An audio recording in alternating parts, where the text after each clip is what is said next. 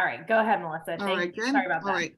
Yep. So then I senior supervisor, assistant director over in Pasco County of a district office over ESE for years. And we actually adopted our son from the foster care system when he was 2.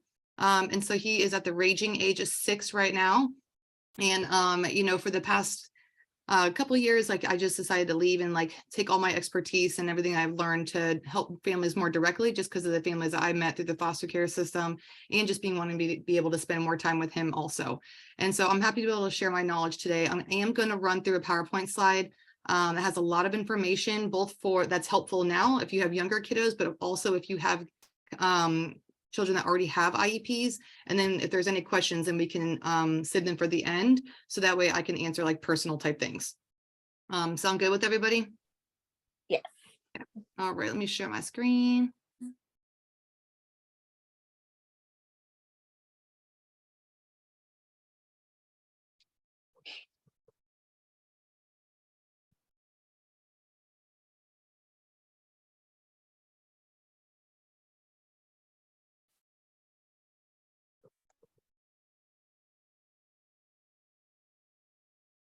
All right, you guys are seeing like the slide with the things on the left, right? It's not in view.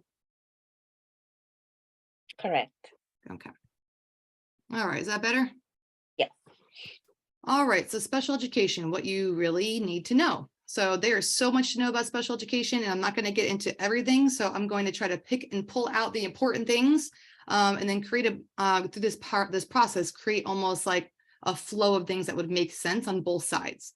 And so as we jump in today, we're going to go over 504 IEP, how to request, important aspects, special education related services, transfer rights, because that's also important in the foster care world. As kiddos jump from district to district, it's really important to know that. Your rights, and then effective parent advocacy skills that are sometimes super helpful. So this magical world, what is an IEP? So you hear this word a lot, and if you haven't, you will. If you have a child that's adopted or a child that's in foster care, that's usually one of the first things that they ask when you go to register. Does your child have an IEP? And so typically if kids are struggling in school, you may hear the term. And so it means individualized educational program or individualized educational plan.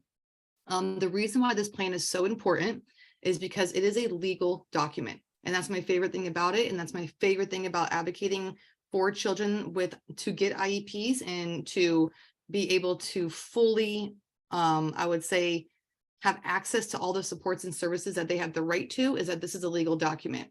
This is one of the only legal documents in the public education system. There's a thing called 504, but we'll get to that in a little bit. But that is why this plan is so important. It's covered under IDEA, which is a federal law, and it's only eligible for kids who attend public schools. So this doesn't apply to private schools, and charter schools are included as public schools. And so they have different governing rules, but if you are considering a charter school, it does apply to them as well. All right, so you also hear the word 504. And sometimes people will say a 504 and the IEP, they're the same. They are not. It doesn't necessarily mean that one is better than the other. It just means that they have a different purpose. So we went over the difference of the laws. So IEP is under IDEA, 504 is more about access and accommodations. And so there's different eligibility areas under an IEP. They have different names. So like, for example, in Florida, we could say a student that has a significant cognitive disability, we would call them, or the eligibility area would be intellectually disabled. Maybe in another state, in South Carolina, it would be cognitively impaired. So there's all these eligibility categories that can be used. The names can be used interchangeably, but the criteria, which means what your child has to meet eligibility for, is the same in Florida, no matter what district you're in. But if you move to another state, that's when you're going to have to look at those different eligibility categories. An IEP will fade out at the 22nd birthday. A 504, you can get accommodations in college, wouldn't be on a 504 plan, but colleges are required to provide accommodations under ADA. An IEP is super unique because it plans for a child's future, where a 504 is designed for equal access and accommodations. An IEP has goals and services and present levels and all these great things. A 504 is purposeful also, but it really is around accommodations and related services. In an IEP, you have parental rights and you have to meet once a year to go over a plan. The 504, you're technically not required to sign consent, and they're not even required to develop a 504. In Florida, our state is very nice and they allow parents to sign consent, but nowhere federally does it require that.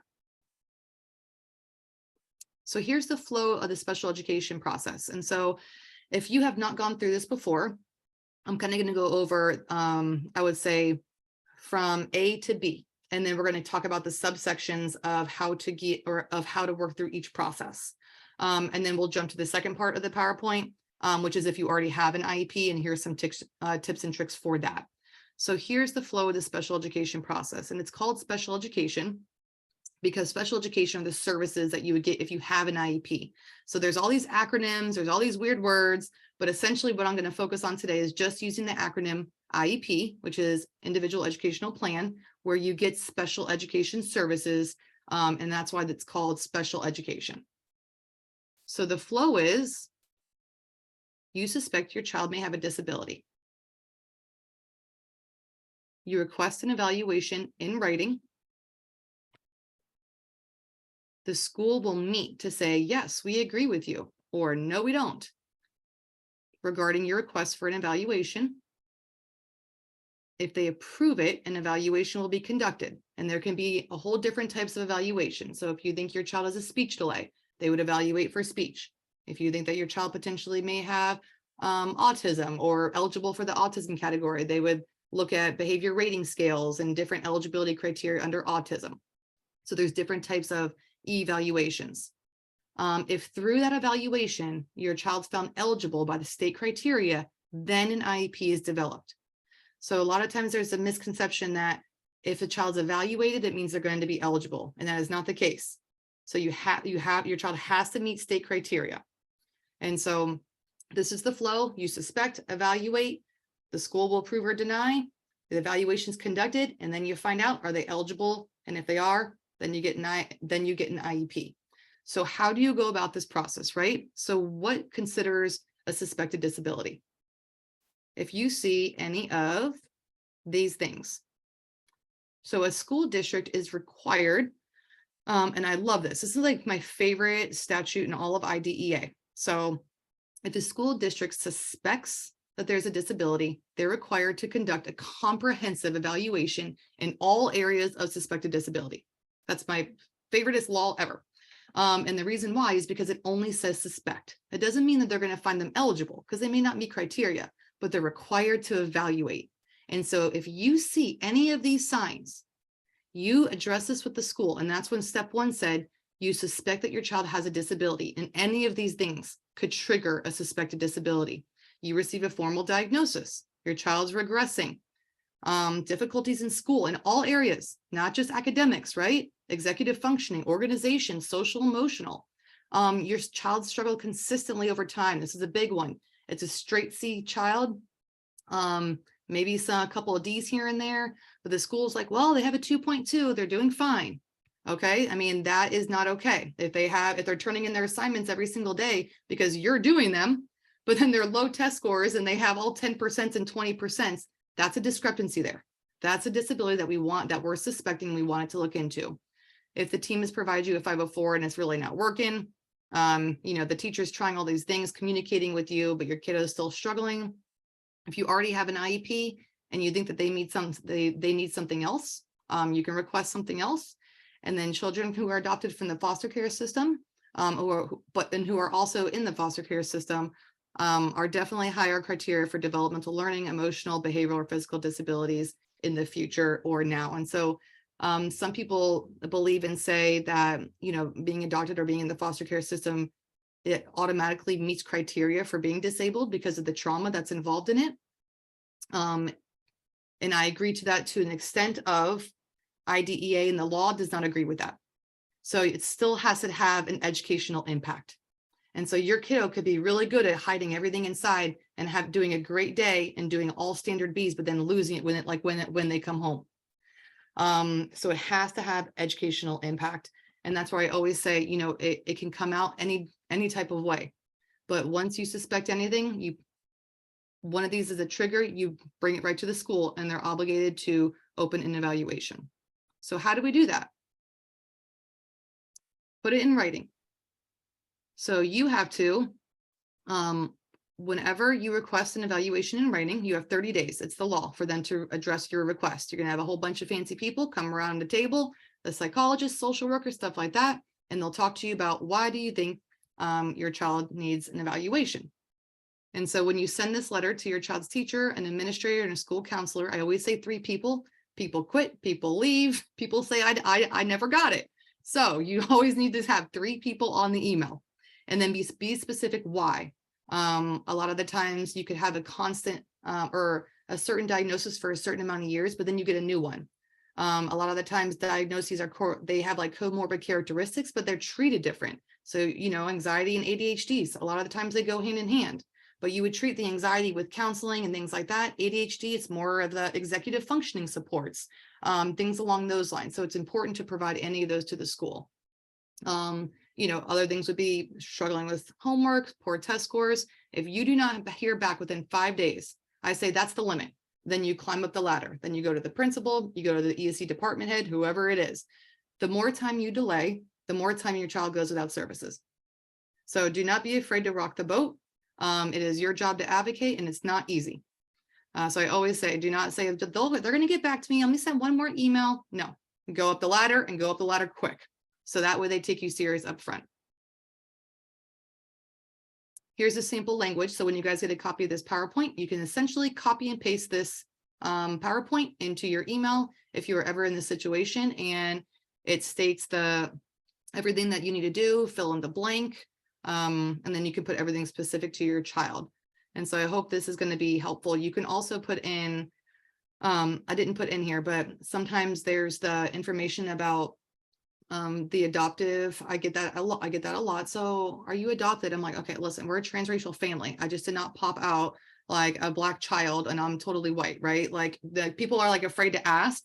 And so it's, how do you open the line of communication? Because I know that there is some trauma there on behalf of my child. And so it's not disclosing your child's whole life story, but sharing the information that's going to be educationally relevant for them to have a positive experience in school. And so that's the hardest line that I felt that I've come across since my child's been in the public education system, is people asking a lot of questions.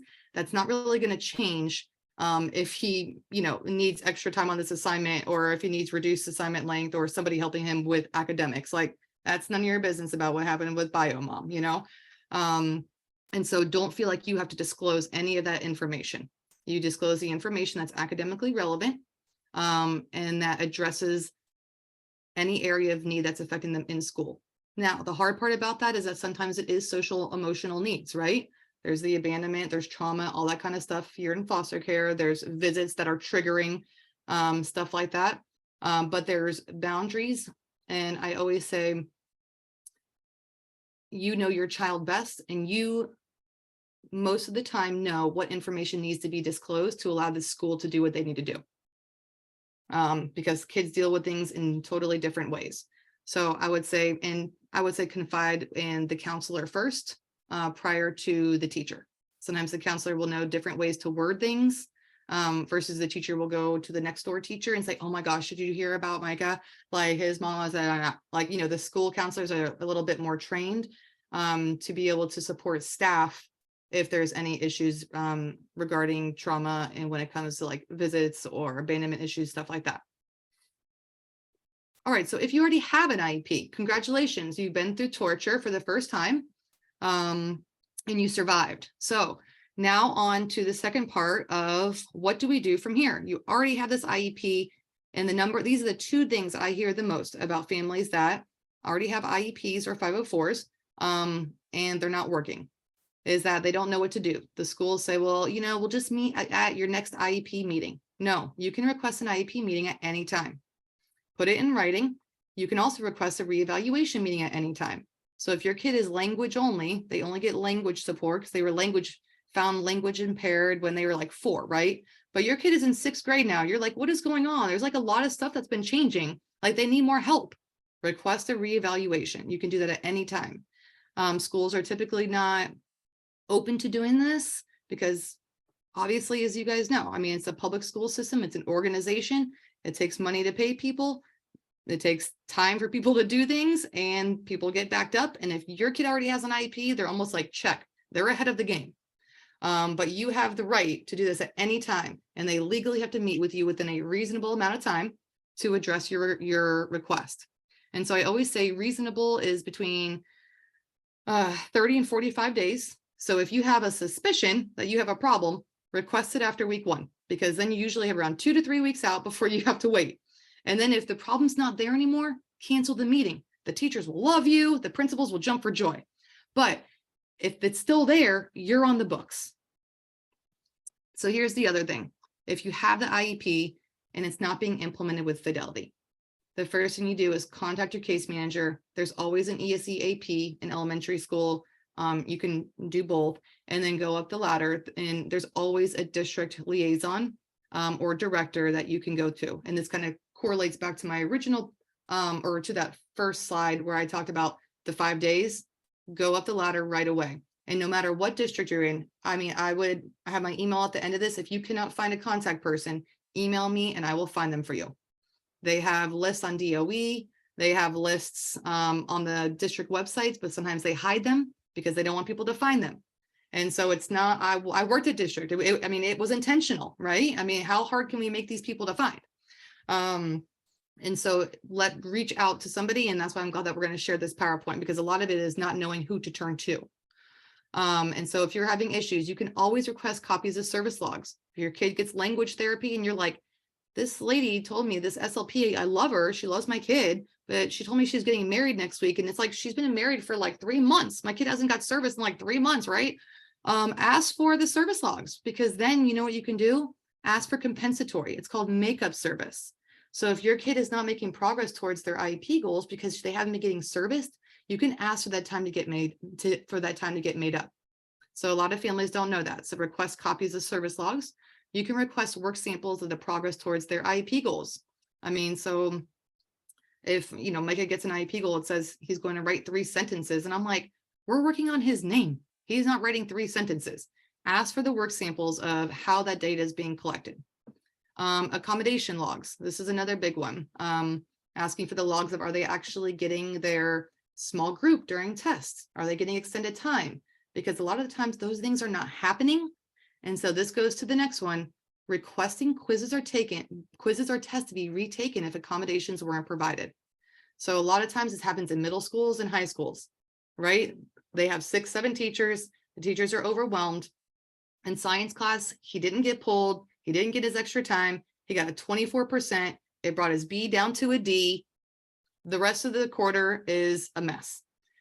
If your kid comes home and was like, I mean, I was in Mr. Mark's class the whole time. I was stressed because I didn't get my extra time. You have the right to request for them to retake that test with the proper accommodations in place.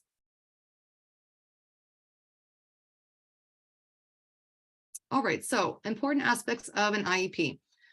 The present level, it's like the foundation of a house, right? So it's that big paragraphy. If you haven't had an IEP yet and you get there, it's going to be the big paragraph section of the IEP that has the description of what your child's strengths are and what their deficits are, what their challenges are. And so that's like the foundation of a house, because what's written there drives the rest of the IEP, right? So all of that then creates goals. So what your kiddo needs to work on, which then drives the services. How are they going to be supported on reaching that goal? And then after that, it goes to what services dictate the placement. And I know this is overwhelming right now, if these words are all brand new to you, but placement is, there's different environments. It's called the least restrictive environment in the public education setting, where some students may require an ESE self-contained setting. Some students may require the general education setting with just some ESE support. So an ESE teacher supporting them inside of the classroom. It can look all different, but what the services are here drive where they're going to be provided their education. And so that's why this present level is so important.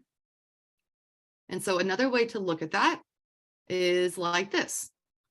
The present levels, it's what they're currently doing, right? So currently, how are they functioning academically and functionally?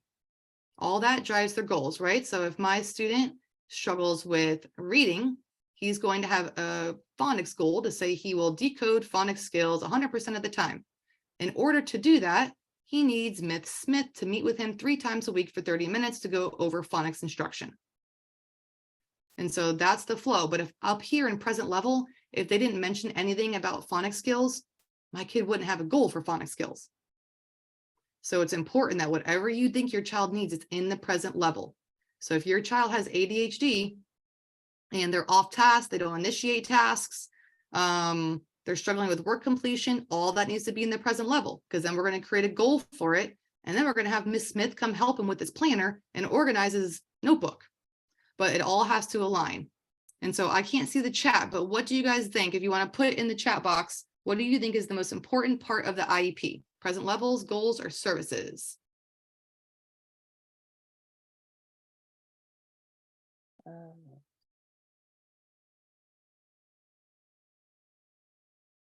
Or you can just send me a funny emoji.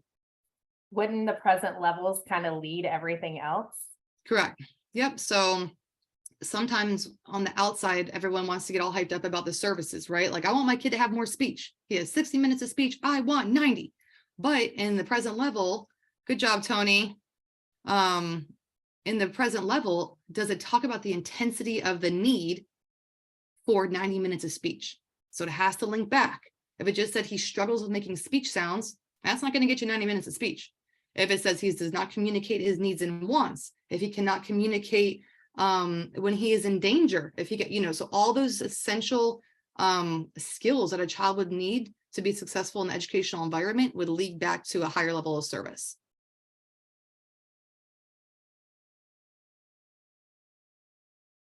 All right, so what should you ask for, right? You have this IEP. We talked about the present level. Make sure it's specific, it's accurate, and it's in all different domains. So sometimes they will just talk about your child's academics. If your child's struggling social, emotionally, independent functioning, communication, those are all different domains on the IEP. Make sure that those sections are added as well. You'll receive a parent input. So put everything in that parent input that you want to submit. The goals, they need to be measurable and specific. I didn't go too much into this because I could spend years on this. And I would say this is the worst part of IDEA, because goals are very subjective and they're supposed to be objective. And so just make sure that there's something that you as a parent understand, and that you feel that if it says 80%, that's accurate for your child to receive. So sometimes it'll say Micah will decode multisyllabic words with 80% accuracy over a 9-week period. So to a lot of people that says, okay, that's a great goal. But to me, I'm like, how is that specific? Because he's in 1st grade. What if he's decoding multisyllabic words on a 3rd grade level?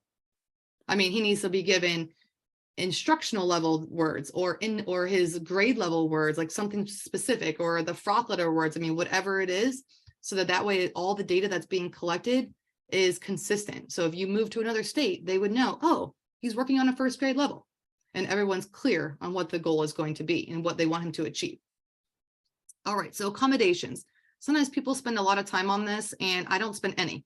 And the reason is we have Google.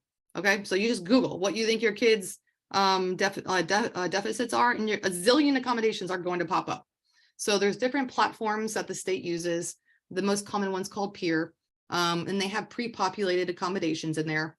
But they all have a little other box that you can add in what each child individually needs. So if you think your kid has ADHD, you just pop into Google, common accommodations for students with ADHD. A whole slew of them will pop up. And that's what you put in your parent input to the school. The next thing, services, smiley face, next 2 slides. So if you need to go to the restroom, this is the time. Anybody need a 2-minute break? We good? All right. All right, so my favorite part of the IEP, specially designed instruction. This is a lot of legalese language. I put this in here, so in case you guys needed to use it in the future, you knew where to find it if you needed to actually look it up. But it is addressing changing the content, methodology, or delivery of instruction to address the unique needs of a child that result from the child's disability, to ensure access to the child to the general curriculum. So it's such a great law. the biggest issue we have with IDEA is they use a lot of the words called appropriate or meaningful. None of those are defined, right? And so it really comes down to you as the parent really staying on top of your child's progress, because you are your child's number one IEP team member, or a 504 team member, because you're going to be there from day one. So in fourth grade, if your kiddo is not having reading comprehension skills that are strong, but they were doing that in third grade, you can show up at the table and say, he was doing this in third grade, something's going on. And so those subjective words is kind of what gets us in trouble, but the specially designed instruction is intended to change that. And so it can be provided across any area of need, academic, behavioral, and it is not what every other kid gets. So I hear this a lot. Your child may not need specially designed instruction or an IEP because he's fine with differentiation. So differentiation is just a teacher being an awesome teacher. It's teaching to the unique needs of all students, right? But it's not individualized. So it's also not an accommodation, which we'll get into. And it's not a modification, which in Florida, modification means access point. So if your child had a significant cognitive disability, they would be on a modification, so adjusting the standard. And the biggest thing here is that specially designed instruction is often provided by a special education teacher in the general education class or the ESE classroom. So I love this chart. Libby, I'm going to send this chart to you in the PDF so that when you send the PowerPoint out, it's like a 3-page chart. I just took a snapshot of it. Because a lot of things that what gets confused is specially designed instruction versus an accommodation. It's two totally different things. So as you can see at the top of the slide, it says specially designed instruction should be implemented to, in addition to, differentiated instruction, but is adult driven. So it's what the teacher does. That is what specially designed instruction is, right? An accommodation is what the student will use. So if you look down here, fluency strategies, right? A teacher, if my son has dyslexia, she's going to be teaching him fluency strategies. There's Wilton, there's Orton Gillingham, there's all these specialized curriculums that can address fluency for reading. And that's what the teacher's going to be teaching. But if you go to the accommodation page, what may help my kiddo if he has dyslexia? Colored overlays. That's what he's going to use. And so when you're looking at a 504, you're typically only getting this section. You're not getting the adult-driven teacher does instructional methodologies. You're getting access because this allows him to have access, right? His processing speed is extremely slow, so he gets extended time. But that's not teaching him anything. That's an accommodation. If his processing speed is extremely low, we need to teach him auditory strategies so that he can identify how to chunk apart words and teach him skills that if he's going to forget something really fast, what do I need to do to try to remember that? Do I copy it down? Do I record it to myself? Whatever it is. So great chart. I will send this to you, but this is the biggest part of the presentation, I would say, as a takeaway. If you have a child that has an IEP right now, to really hone in on this and ask, what is the teacher doing with my kid? What specific individualized instruction are they teaching them? And then ask what it is, and then ask if they have a lesson plan for it. They will say no, but it'll get them kind of, that's a great question. I need to be on my game here. Related services. These related services are not specially designed instruction. These also can technically go on a 504. So that's why they weren't on the other slide. These are a service that allow a student to make progress towards the IEP goals. So goals aren't necessarily on a 504, they're on an IEP. And so when they're on a 504, they're more about access, such as orientation and mobility, right? So if a student who's visually impaired, they would need access to this related service to navigate the actual campus. If your child has an IEP, the biggest one I hear that doesn't qualify for counseling or doesn't qualify as a related service is counseling. And so this is the number one thing that I would say advocate for is parent counseling and training and counseling services. And the reason why is because the mental health these days, right? I mean, we're at such an escalated time that schools, after, there's all these acts and statutes and things that have been brought down from the state that say, we need to get more mental health. We need to get more services to these kids. And so districts and schools now have school-wide support services, right? But that is not on a legal document. So if the counseling services that are being provided through your child's school are working great if they're being consistent. If the counselor's at a training one week and she's out, then she's at her best friend's bachelorette party, she's out, then she's going to help the trainer counselor at the other school. That's 3 weeks in a row that your child's missed counseling services, and you can't do anything about it because it's not on a legal document. It's provided to all learners at the school. It's afforded to every single student, disabled and non-disabled.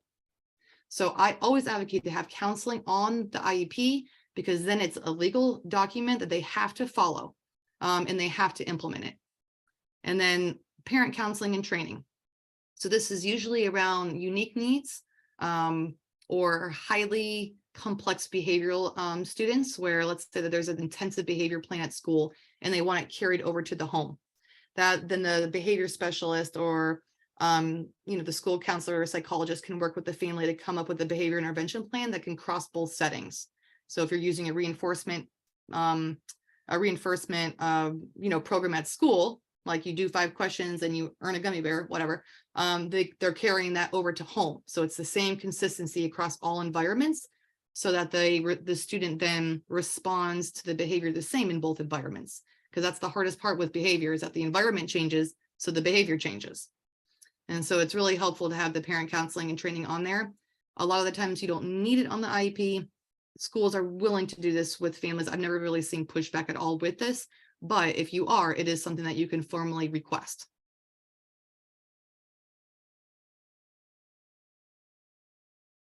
All right, in-state transfer rights. So, I remember we got, let's see, in our foster care journey, was 7 kiddos here. Only 1 was from my same district. And so it was, and 4 of them had IEPs and 2 had 504 plans. And so it's really important to know that, regardless of the situation that you're in, whether you and your family move, whether you don't, or if you're supporting a child in your home, that they are required in the state of Florida to provide comparable services. So if that means, to the maximum extent possible, a replication of what your child's IEP says at the current time. So if I moved from Pasco to Pinellas and my kid has 3 times a week of reading instruction, Pinellas has to implement, to the maximum extent possible, 3 times a week of reading service until they've collected data otherwise to show that my kid doesn't need that. Service delivery models are different. And so a lot of the times we get pushback on this when you see the words like daily. So if, Pinellas does not use the word daily on their IEPs, they're like 14 minutes, 27 minutes, blah, blah, blah. Pasco's like daily, weekly, blah, blah, blah. So that's when there's this subjective of what does daily mean, or what does weekly mean, and what is comparable in those situations. And so I always advocate to add minutes to the IEP, unless you are not planning on moving. If you're staying in your district, you're happy with everything, that's fine. You don't need to fight a fight. But if you're moving somewhere, it's definitely going to be helpful for your child to receive what they need to receive, if it's clear on the IEP. Now, if you have a child coming into your home, that's when you march that IEP right into that school, present the IEP to them, and say, it's my understanding that comparable services must begin immediately. Please notify me who my child's case manager is, or please notify me of who my child's ESE teacher is, because I want to set up a conference. So it's really, because it's right off the bat, it says without unnecessary delay. That's what the law says. Without unnecessary delay, services should start. And this has not happened. You guys probably know that. It's 2 weeks, 3 weeks, 4 weeks, 4 months in, and all of a sudden you get a call from a teacher asking you to come to a meeting. Your kid's been there for 4 months. And so not okay. Out-of-state transfer rights, a little bit different. So they are required to provide comparable services up until the point that your child meets eligibility for their new area. So this is a little bit sticky, right? So they come in with an IEP, they provide comparable services, and let's say your child has an intellectual disability. So in Georgia, to qualify for an intellectual disability, your IQ has to be below a 70. If you move to Florida, your IQ has to be below 67. So you may not qualify for an intellectual disability in Florida. And so that's where it gets a little sticky, that if you're planning on moving, understand the criteria of how your child was found eligible, because it may not be equitable in the other state, and the services may not be the same, and even the graduation standards may not be the same. So that's just, I wanted to put that out here just so people knew that that exists. And sometimes families don't take that into account, and they're running into a situation where they're get moved to a state that has much less services than where they came from, because the eligibility criteria was much stricter and their child didn't meet eligibility there. All right, so key takeaways and tips. So no matter where you are, if your child has well, in America, your child has a right to free and appropriate public education, right? Under the federal law. Doesn't matter school district, in or out of state. You just bring that IEP, say, here it is. You guys figure it out, start services now. That's the biggest thing. And then to the maximum extent possible, I would say, connect your previous school staff. So if you have a child in your home, they move back with a bio family. And so it's connecting my child's current school to bio's family's current school. Like, it helps to be that lifeline, because school staff are so overwhelmed that if you don't stay on it, it's just going to slip through the cracks. And so connect the correct people with the correct people. Especially if you're in the middle of an evaluation, right? I mean, you're like, I'm on board. I'm going to help this kiddo. We got it. He's in our home for 6 months. We got consent signed. We have evaluations going. And then all of a sudden, they're either reunited or they're disrupted, whatever the case is, but they're in the middle of a critical evaluation point that we need to be completed. And so that's where, our role as foster care parents, I would say the biggest thing is to have that continuity if there's any type of change, to keep that evaluation going. Because the state has 60 days to complete an evaluation. And to the maximum extent possible, we want that kiddo to be found eligible so that they're protected under IDEA laws. So your rights, this is the fun part. You have procedural safeguards. They are awesome, and it gives you some amazing rights under IDEA regarding your consent, reviewing records, and what happens if you think the school isn't doing what they should be doing.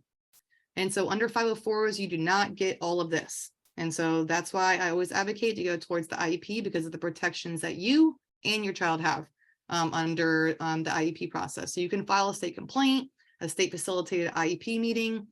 You can go to a mediation. And then there's also you can file a due process. And so a due process is when you go to a hearing and you defend that your child was denied access to a free and appropriate public education. It's an impartial hearing, and you're usually afforded compensatory services. And then typically in special education, I always get this a lot. Can I get money for this? And no. So in special education, parents are typically not, they don't get monetary reimbursements unless your kiddo like broke his arm on the playground, but that's something totally different outside of IDEA, right? You would just sue the school and go through that route. But under IDEA, it's very rare that you get monetary reimbursement. It's usually through makeup services. You have the right to be an equal participant of your child's IEP team. So that gives you a huge voice. That means you get to disagree. It means you get to agree. That doesn't happen under 504. And you have the right to be a meaningful participant. So you have to agree to when the meeting's being held. If you want to bring someone, you can bring whoever you want, an attorney, an advocate, your sister, whatever it is. And then you have the right to request things that you think that your child needs. And so effective advocacy skills. I always say, learn all you can about your child's disability, because there are experts in the public education world that are fantastic and are changing the lives of our kids every single day. But then there's also the opposite of that. And so it's just like going to McDonald's. You don't know who's going to make your burger. Sometimes I go and I'm like, this is the best Big Mac I've ever had. And other times I'm like, this is horrible. It just depends who's making it. So it's the same thing in public education. Are you going to have a stellar teacher who has experience or has the willingness to learn? You're usually in good hands. If you're not in a situation like that, your child's really going to need to lean on you and your expertise about their disability in order to advocate for them in school. I always become a pseudo lawyer in special education law. It just means like basically Googling random things. If my kids' goals aren't being met, what can I do? And stuff will pop up. So like, don't be afraid to quote things and be wrong, because when you quote things from the law, even if they're wrong, the school knows that you're Googling stuff. And so that's a pro for you.